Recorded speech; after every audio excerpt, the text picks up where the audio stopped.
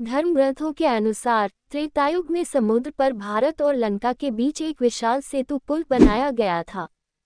वह 100 योजन लंबा और 10 योजन चौड़ा था। आज की गणना के हिसाब से उस पुल की लंबाई 1200 किलोमीटर थी। श्री राम की सेना ने उसे 5 दिन में तैयार कर दिया था।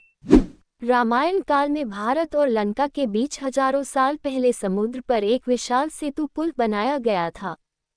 इस सेतु का निर्माण भगवान श्री राम की सेना ने किया। इसके जरिए ही सेना समुद्र को पार कर राक्षस राज रावण को दंडित करने पहुंची थी। ग्रंथों में तो इसका उल्लेख है ही, अपितु अब आधुनिक युग के अनुसंधानकर्ताओं ने यह माना है कि आज भारत और श्रीलंका के बीच जो एडम्स ब्रिज है, वो हजारों साल पुराना सेतु है। पृथ्वी की उथल पुथल से कालांतर में लंका और भारत भूमि के बीच दूरी कम होती चली गई और अब बमुश्किल दोनों में 100 किलोमीटर का फासला होगा।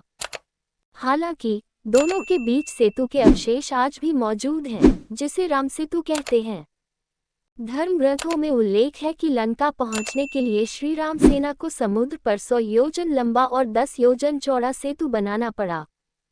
सेतु के निर्माण में नल नील नाम के वानर वीरों की अहम भूमिका रही। उन्हें ये श्राप था कि उनके हाथ का पत्थर कभी डूबेगा नहीं। समस्त वानर उन्हें पत्थर लाकर देते रहे और वे दोनों भाई आगे बढ़ते हुए पत्थर पानी में फेंकते गए। पहले दिन 14 योजन तक पत्थर फेंके गए, दूसरे दिन 20 योजन, तीसरे दिन 21 योजन, चौथे दिन 22 योजन और पांचवें दिन 23 योजन का कार्य पूरा किया गया।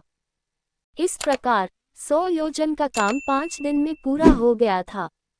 उसके बाद सबसे पहले श्री राम और उनके प्रमुख गण उस पर चले।